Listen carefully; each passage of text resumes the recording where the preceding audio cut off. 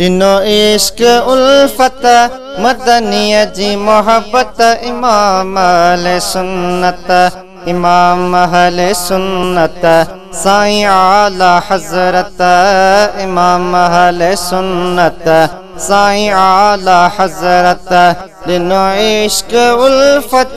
मदनीय जी मोहब्बत इमाम अहले सुन्नत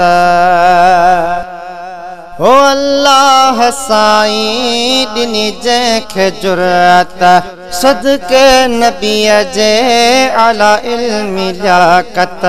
अल्लाह साईं दिनी जंहिंखे जुरअत सदके नबीअ जे आला इल्मी लियाकत नंढपण खां जारी रखी न्याज़ निवड़त इमाम अहले सुन्नत इमाम अहले सुन्नत साईं आला हजरत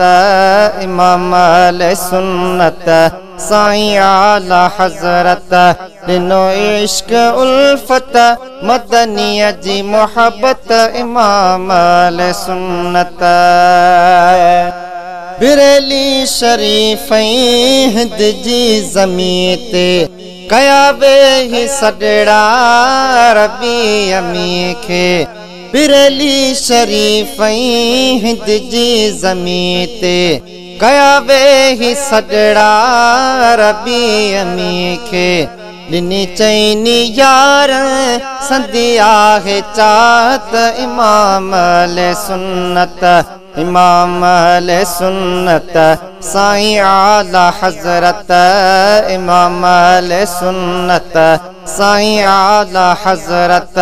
दिनो इश्क उल्फत मदनीय जी मोहब्बत इमाम अहले सुन्नत ओ ॾई हो को हक़ जो रस्तो ॾेखारियईं अलबैत सभिनी जी मोहब्बत सेखारियईं ॾई हो को हक़ जो रस्तो ॾेखारियईं अलबैत सभिनी जी मोहब्बत सेखारियईं मसलक जी कई आ जंहिं आला क़यादत इमाम अहले सुन्नत इमाम अहले सुन्नत साईं आला हजरत इमाम अहले सुन्नत साईं आला हजरत दिनो इश्क उल्फत मदनीय जी मोहब्बत इमाम अहले सुन्नत हो दिनो तर्जुमो जंहिं कंजुल ईमाना समझायो सवलो रब जो कुराना दिनो तर्जुमो जंहिं कंजुल ईमाना समझायो सवलो रब जो कुराना फतवाए रज़विया जी कई इशारत इमाम अहले सुन्नत इमाम अहले सुन्नत साईं आला हजरत इमाम अहले सुन्नत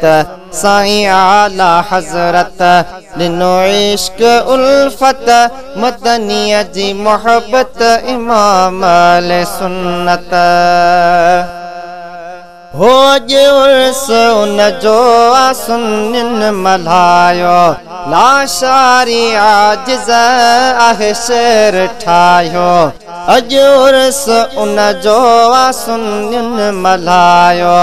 लाशारी आजिज़ आहे शेर ठाहियो असांखे बि ही आ ॾिनी आला हिम्मत इमाम अहले सुन्नत इमाम अहले सुन्नत साईं आला हजरत इमाम अहले सुन्नत साईं आला हजरत दिनो इश्क उल्फत मदनीय जी मोहब्बत इमाम अहले सुन्नत।